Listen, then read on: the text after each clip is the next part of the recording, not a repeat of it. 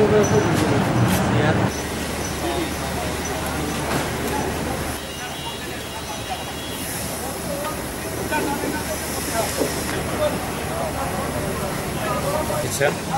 পরিস্থিতি রাস্তায় শ্রমিকদের কোনো ধরনের ব্যারিকেড বা অবরোধ বা কোনো ধরনের ভ্যান্ডালিজম নাই।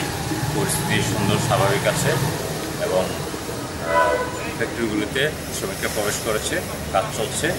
গতকালকে যে পরিমাণ ফ্যাক্টরি বন্ধ ছিল আজকে তার চেয়ে অনেক কম। আজকে 40টা, গতকালকে 19টা, আজকে খুলে নেই। আরও 21টা যেগুলো খুলেছে এর মধ্যে 21টা ফ্যাক্টরিতে এই দাবি দেওয়া নিয়ে কথাবার্তা চলছে।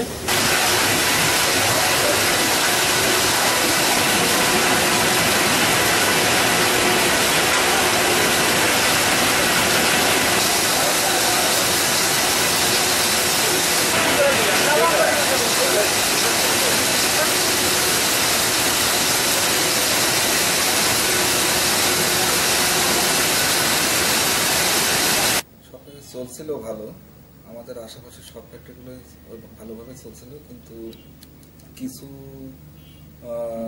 শ্রমিক বা বাইরের হতে পারে সেটা তাদের উস্কানিতে ফ্যাক্টরির কার্যক্রম মানে ফুলই ব্যাহত হয়ে গেছিল।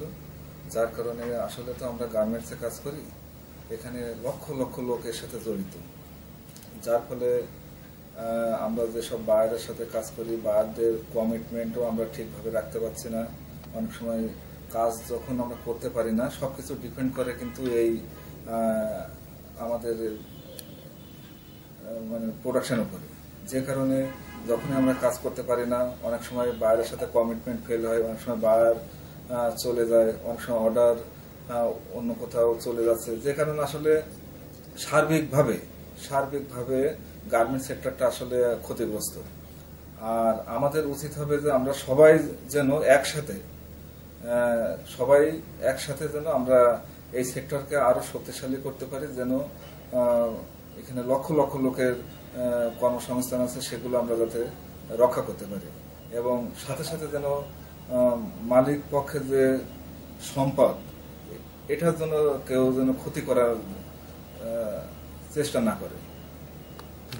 এবং কিছু শ্রমিক ছিল যারা বাইরে, কিছু যেগুলো আমরা আছে আসলে লিঙ্কিং এবং টিমিং সেকশনটা, এই সেকশনটা আছে তারা কাজ করবে না বলে এরকম যখন ইয়ে করছে তখন আমরা ওটারে থেকে যে ইট পাটকেল নিক্ষেপ করে আমরা শুনতে পাই। আপনাদের তো